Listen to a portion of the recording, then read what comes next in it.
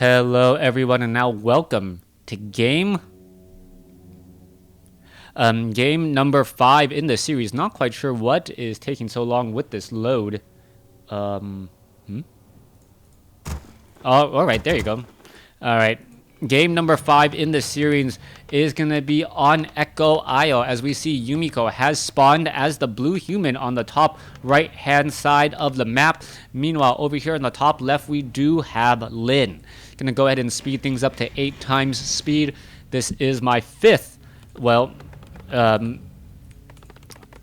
game between these two players, and I'm pretty sure we can pretty much expect to see the same exact thing for all of you timing junkies out there. Oh wait, wow, I take it all back. Yumiko going for a blood mage first, and I do not know what to make of this. Let's take a look at this. We see that the blood mage is now sitting at level 2. He is getting healed back up. He has a forest troll shadow priest. He was low on mana, so he either went flame strike or he went banish first. Both are strong possibilities, as we see now a small engagement here. All right, attacking once again. The damage +9, claws of attack +9 coming across, as the blood mage is going to be able to clear out this particular creep camp fairly easily, as footmen are now being added. Now, banish is one of those spells that is actually useful on the blade master, as it takes out the Blade Master out of commission for quite some time. If you have a good amount of spellcasters, you increase the amount of damage that you do to him. All right, let's take a look at this. I do not believe the Grunt actually saw what hero was chosen. Otherwise, that would be a strange game indeed. Let's see what the follow-up play is going to be here. Blood Mage now making its way down. Blade Master is off over here. Is he going to get spotted? And let's see what's going to be happening. There is that damage, a little bit of damage on a trailing Blood Mage, as we could see some siphon mana here as well. Or, wait, there is the attack. What is going to be happening? There is the banish on that Blade Master. Blade Master unable to do anything. He is currently windwalked. Is he going to steal that experience? No, he is not, as the Blade Master is still wandering around. Blade Master hoping to finish off that Ogre Magi, get the item and the experience, but you can see that he's just siphoning the mana fairly freely right now, as the Blade Master and more units are coming into play. What's going to happen here? Blood Mage gets the experience, but the Blade Master gets the item, claws of attack +6. All right, little bit of a small victory there, as the one peasant gets banished and will end up, well, being able to survive a little while longer. He's at 49 hit points, 70, and should be able to get back up to a good amount here, as we see siphon mana into the Forest Troll Shadow Priest. Blood Mage denying mana, now siphoning mana away from that Blade Master. Blade Master trying to do more, unable to do so. No more mana on that Blade Master, so he's not going to be able to take down this one Great Hall yet, and that was a little bit of a waste of a siphon mana, though, as he actually ended up behind. Let's take a look at this, though. Blood Mage is sitting at level 3. He did end up getting a Tome of Experience and takes down the Blade Master. Blade Master falls at level 1, but I'm not sure if he was able to force a cancellation or actually destroyed that Town Hall, as a new Town Hall is now being placed down. It looked like Yumiko canceled the Town Hall in order to get back some of the resources, and now is able to speed build it.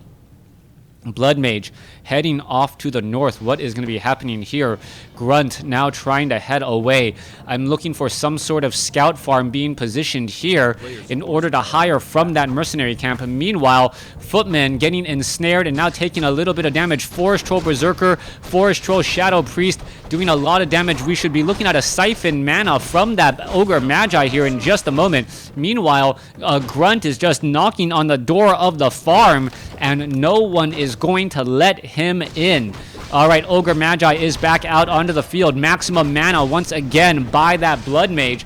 Blood Mage once again banishing. Is it a level 2 banish? No, level 1 banish. Level 2 siphon mana, as we have not seen a Flame Strike as of yet. So there goes another Ogre Magi going to get taken down. Item, what is that?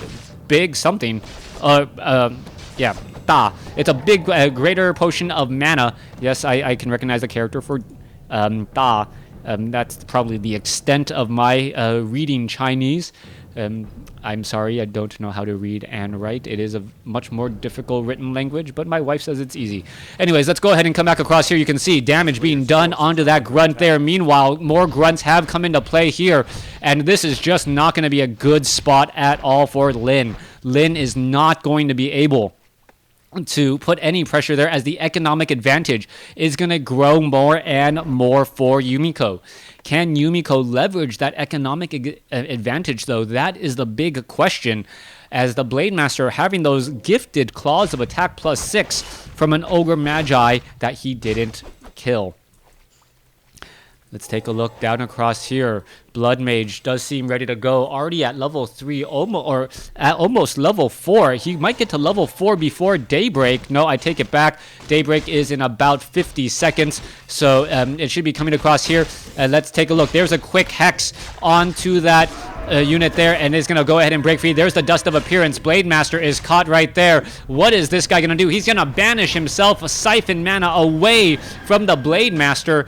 And what talk about, well, just being able to stay alive right there. Are we going to see a big turnaround? Oh, there is a banish right there again. Siphon mana away, followed by the Hex turning into a Hermit Crab. The units are once more in a bit of a run, as the Blood Mage just constantly denying mana from his opponent. His opponent now down to 83 mana on his Shadow Hunter and 53 mana on his Blade Master.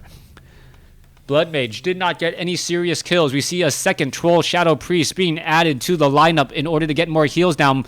Blood Mage should perhaps be giving mana to these Forest Troll Shadow Priest in order to get them to do a bit more healing. Meanwhile, the Blood Mage is leading the charge here, and a purely utility hero has been doing a great job just denying mana. All right, down to 81. Blade Master down to 84 mana. Blood Mage still wandering around on the outside. Give some mana to Bud, as you are just rather low there. There is double banish all the way. What does it mean? Very slow Raiders, unable to catch up with the rest of that army. All right, Blood Mage perhaps trying to buy something, not going to be able to get away. We do see him trying to run away, and you shouldn't be able to yeah, can you ensnare things that are in the ethereal form? I mean, if ethereal means that they don't have a physical form, how do you like throw a net on them? Anyways, let's go ahead and continue back to this. That's too much of a Warcraft 3 philosophy question. As Yumiko gets to level 4 here, and what items will he be able to pick up? It looks as though it was a tome instead. Meanwhile, Blade Master and Raiders knocking at the door of the barracks. The barracks currently showing, what, 1,300 gold. There are speed farms being built up as well, as that farm will get done in just a second. And it looks like he doesn't really care about this. Yumiko is going to lose this barracks. An Arcane Sanctum is now being added, and we're going to see, well, the Yumiko just doing a better job creeping out the creep camps. If he's able to take down more and more of these creep camps, getting another Tome of Experience, he might actually get up to level 5. And could we possibly see a Phoenix come into play? Phoenixes, I do believe, are immune to magic, so that is one unit that you cannot disenchant, as we are looking at perhaps the Raiders trying to get an ensnare off. Blade Master still wandering around. A couple of Raiders off over here. The barracks has been taken down, but it doesn't seem that it's going to affect Yumiko's long-term strategy, as another 2 Arcane Sanctums are being built down here. All right, 1 Arcane Sanctum, 2 Arcane Sanctums. So we were almost going quad Arcane Sanctums for a moment before one got canceled. Blood Mage heading off to the north, sitting at level 4. Very, very close to level 5. 180 experience away from level 5.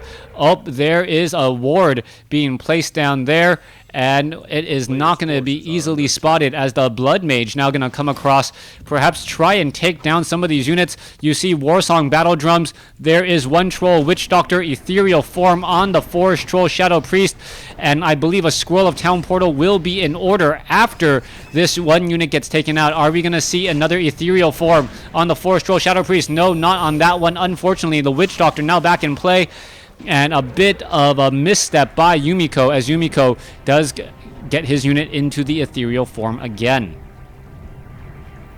Blood Mage siphon mana away from the Blade Master, Is he gonna banish himself? Yes, he is. There's a disenchant. Scroll of Town Portal now used as they are gonna be teleporting away. Forest Roll Berserker, that one just inside the range and able to head back to the expansion. All right, we are seeing that 59 over 78 supply. Let's take a look at the overall population. 59 over 78 compared to 50 over 70. There is an expansion down here by Lin. So Lin is actually, well, getting 6 additional gold a second over his opponent. Nope, now finally evening out. Blood Mage may get to level 5 here. Wait a second, that's actually strange. We saw level 1 banish. I got to assume level 2 siphon mana, but he's at level 4. That means that we should have a Flame Strike coming into play in this game. We should also be looking at a level 3 siphon mana here, and level 3 siphon mana means 45 mana a second is gone. Does it get to level 5? Yes, it does. Right on the money. 480 mana as the Blood Mage now wanders out. At this point in the game, you might need to upgrade to keep, or no, already upgrading the castle at the expansion, so you can call to arms at the expansion now. Workshop also being added as well, as no one likes to read in Warcraft 3. Tome of Strength, is he going to go back to the Shadow Hunter? All right, Shadow Hunter is a caster hero with that. His primary attribute is intelligence and likes to read books from his local GNC. Anyways, Blood Mage, Paladin now working together. Do we have a Staff of Sanctuary? That is always something that I look for once we do see tier 3, as the Blade Master gets an easy shot and kill onto one of the units here. Sorceresses do cast slow as the workshop number 1 is done. Workshop number 2 should get cancelled, and it does, as the guard towers are now joining in on the fight. Are we going to see? Yes, Ethereal Form, Holy Light heals him back up to full immediately.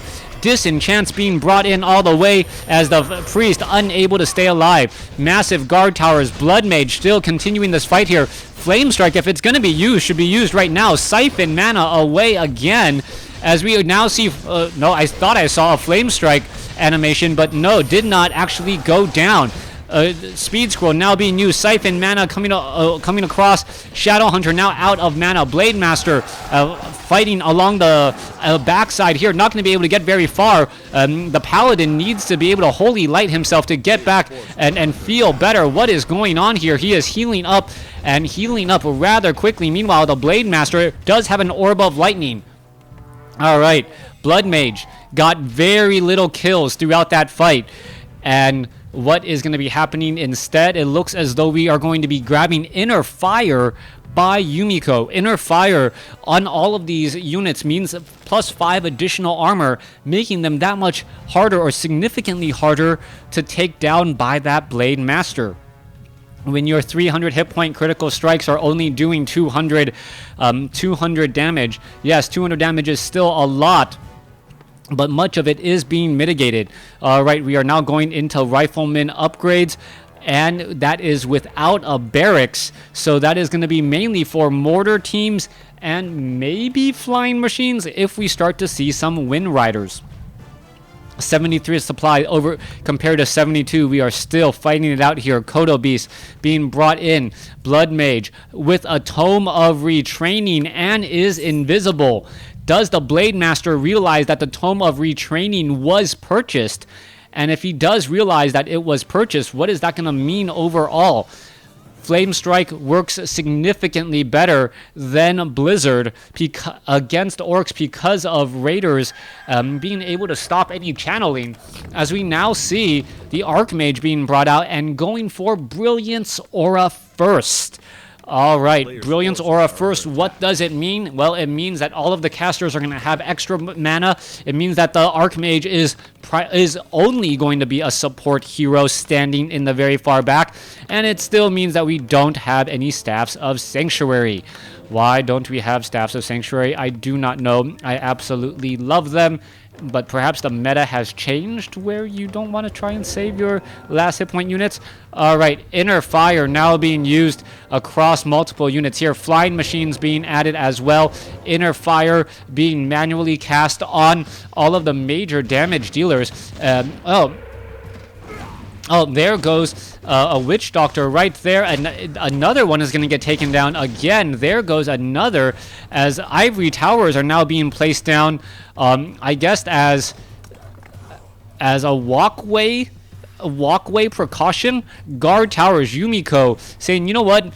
All these times I've been trying to tower inside your base, I shouldn't even bother to try and do that. I should just put towers everywhere until eventually I cover the entire map in towers. Blade Master now in position, going after those mortar teams.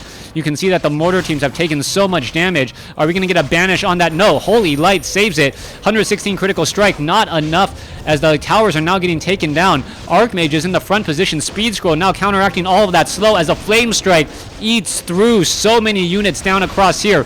All right, lots of damage as mana is being absorbed. All right, Archmage, Staff of Sanctuary. Who has Staff of Sanctuary on the Paladin? So a beautiful Staff of Sanctuary, saving the unit as a last second unit.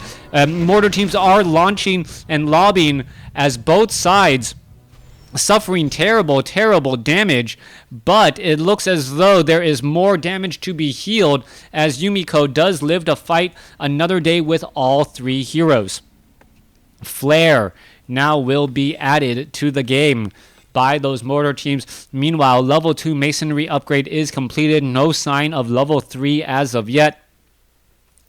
Triple Arcane Sanctum, 1 workshop, and Knights being added to the fray. Knights, a very interesting call here. Very strong melee units, exactly what you need to try and counteract those raiders. Animal war training is in fact complete, as we are only looking at 0 upgrades on those knights. Most likely they will have 10 armor with inner fire, which should significantly reduce the amount of damage that they take. Siphon mana, Blood Mage, giving some of that excess mana to that Paladin. Paladin now ready to go. Archmage is now at 285. As you see, the Blade Master still trying to wander around. Are we going to get a slow cast there? Mortar team taking far too much damage. Holy Light not in time, as we see the more engaging now coming across. There is a Flame Strike units now trying to run their way through. They will be able to head back. Sorceresses, mortar teams should not be in that location. They should be backing off right here, right now, as Yumiko is in a slightly advantageous position. All right. Moving forward once again, guard towers being thrown down. Flying machines are 1-0 upgraded. Are we getting any additional upgrades? No, we are not. Adding in riflemen and long-range rifles as well to help counteract those Wind Riders. The Archmage is going to really need that Blizzard, as the Flying Machines, the Water Elementals, as the Flying Machines will have to do a lot of work to try and take down those Wind Riders. All right, here we go. Big attack coming in across the center. Raiders now coming across. Flame Strike hitting a lot of those units in the center. Healing Wave saving some, as the Sorceresses are in the backfield. Some Wind Riders arriving to the party a little bit late. Holy Light, or is that the Paladin healing back up? More units now in a big run, as a Flame Strike catching his own unit, not being careful right there. Knights leading the way here. As you can see, Flying Machines are being brought over as well. What is happening? Flying Machines trying to pick off a couple of those Bat Riders. Knights in that front line, they need to back off. That is not going to be a good spot for them to be in. Either ends justify the means, but they end up getting destroyed, as the Knights are going to finish off one guard tower very quickly. All right, there is an ensnare. Knights could try or Kotobees could in fact try to eat a Knight. The Flame Strike, no Flame Strike. It looks like there was an ensnare or some sort of cancellation on the Blood Mage. Don't see where the Blood Mage is. There he is. No ensnare on him, but it may have disappeared in time. Blood Mage, what is he doing next? There's that Flame Strike. All the units being forced to run back and away. There you go. Fork Lightning, Forest Troll, Berserker now getting taken down as more Flying Machines are being added. A Blizzard or Water Elemental now being dropped into here. Flame Strike, Water Elementals, Holy Light, and the Blood Mage getting the heck out of dodge, being able to save himself for at least a little while longer, but a Knight is slowly being digested. We are at 70 supply compared to 65. Riflemen now being added instead of Knights. Riflemen being much stronger against those Wind Riders that seem to be taking to the skies, and a big problem. Naga Sea Witch is sitting at 2, Shadowhunter sitting at 4, Blade Master sitting at 4, both of them very close to level 5. Level 5 on the Blood Mage, I believe level 3 maybe on the only level 2 and then level 2. So 5-2-2 compared to 4-4-3. Is that accurate? 4-4-2. So 5-2-2 versus 4-4-2. As soon as we see a single hero on Lin's side get to level 5, things may start to tip in favor of Lin once again, but Yumiko does have superior numbers and will be fighting at home. Home field advantage is incredibly important, as those towers are not truly accounted for in the overall supply count when comparing armies. 78 supply, adding in a couple more units. 72 supply peons. Doing a little bit of long distance walking, not quite sure where they're going here. Another peon along the southern side. Main gold mines are going to be running out of gold here in just a couple of seconds. 20 seconds for the orc, 40 seconds for the human player. And Yumiko, as we are still not yet sure when this next fight will be taking place. Archmage, Paladin, Blood Mage, now all being brought over here. I do not believe we saw fragmentation shards. You see one poor peon just getting absolutely run over there. He was just trying to scout, just trying to do his job, only to, well, take a hammer to the back of the head. As we are now looking at a large number of inner fire being brought to the table. Blade Master does not realize that there is some sort of reveal right here. Not quite sure what is giving sight. Oh yeah, the flying machines, silly me. Flying machines giving sight. I'm going to go ahead and turn back this to none. As we see peons getting taken out as they are no longer needed and only taking up supply space. Peons getting destroyed here, and that is going to be a bit of an issue. Flying machines are ready to go. Riflemen are ready to go. They do not have inner fire for some strange reason. Not quite sure what we are waiting for or what we're looking to do next. Blade Master does have an orb of lightning. Plus 22 attack. A crazy amount of damage. Militia now being brought in from the southern side as a level 2, two level 2 water elementals are now at the back. All right. Mortar team quickly gets taken out right there, not being careful, but we do have guard towers all in position. Yumiko using this creep camp to a great advantage. Flying machines are all going to be in position here. There's the engagement. Speed scroll now being used. Flying machines getting into the front. You can see Disenchant Water Elementals trying to fight back here. Blade Master going after those mortar teams. Are we going to see a banish? No, we are not. Still fighting around, and this is a bit of, well, a very big surround indeed. Sorceresses unable to really focus down any serious unit, but the Wind Riders, the major damage dealers, are getting focused down as we do see a flame strike go down on the ethereal walkers. That is going to be huge. That's a large amount of damage, and they took that flame strike damage as well. So one ethereal walker gets taken down. Grunts could focus down, or the casters could focus down another. Still trying to fight through. Archmage does have a potion of lesser invulnerability. That has come to an end as a flame strike does go down, taking down some of the own friendly units. Knights slowly getting digested. Paladin or Archmage, Staff to Preservation at the last moment. Knights still starting to get digested. Another potion of lesser invulnerability. Healing wave coming around. Are we going to see a Kodo Beast get taken down? That is going to be a big swing if you can actually finish it off. Knight is back out. Kodo Beast 1 down. Kodo Beast 2 down. Blood Mage is out, and we should have a Phoenix. Phoenix now in the air, dealing crazy damage. Splash damage as well. And as long as you can, Wind Rider. Oh, Polymorph. Oh no, wait. Is that? Yeah. Polymorph was brought into play. Sorceresses with Polymorph able to finish off some of those units. The the Hawk is still doing large amounts of damage here, and if they can focus down some of these units, the Phoenix is just incredibly difficult to take out.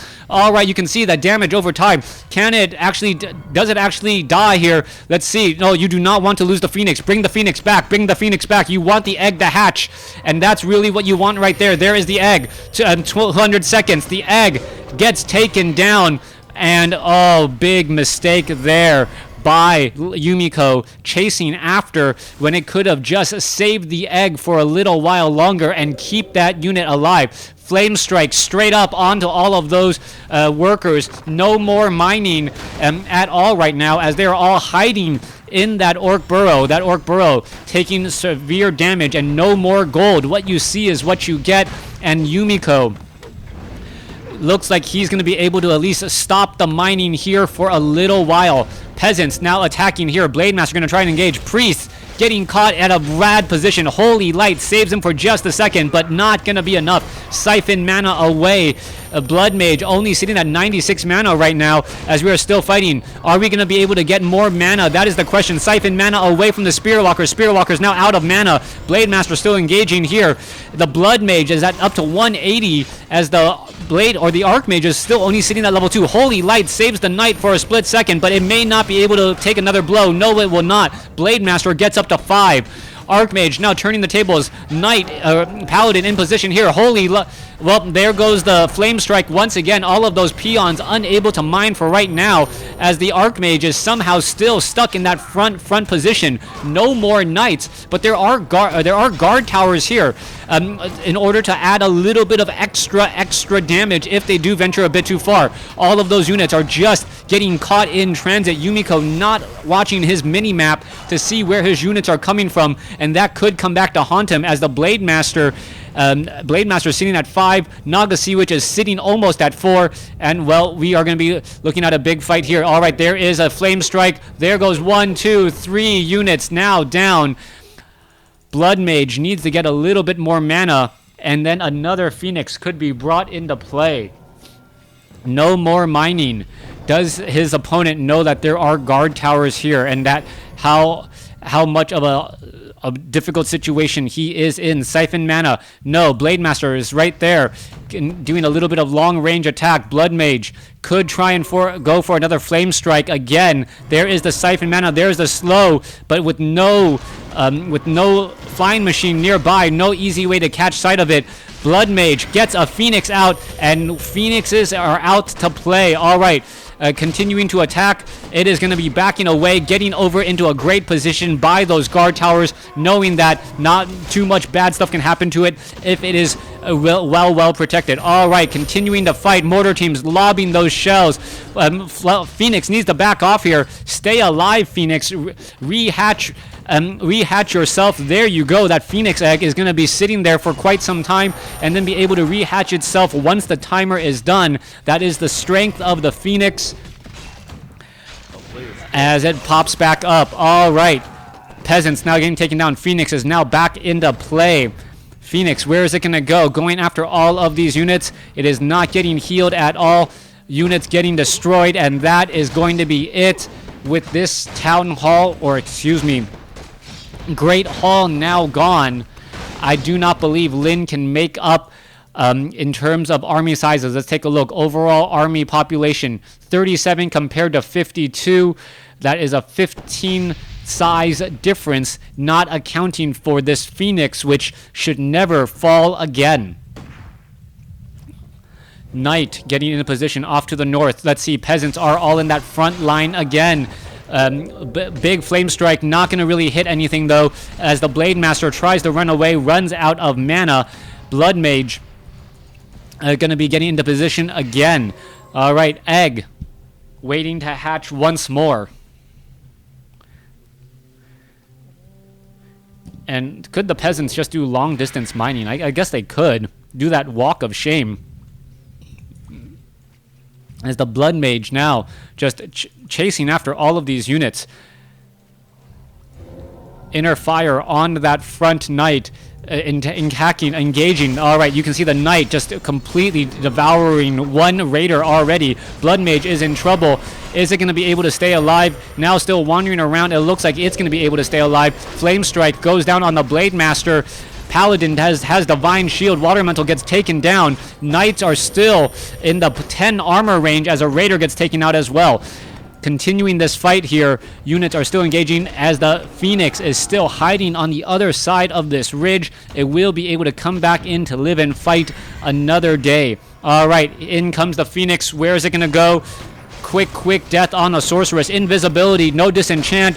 Blade Master, somehow stays alive for a split second, down to 220 some odd hit points. Blade Master going up against a Phoenix, but that is the game.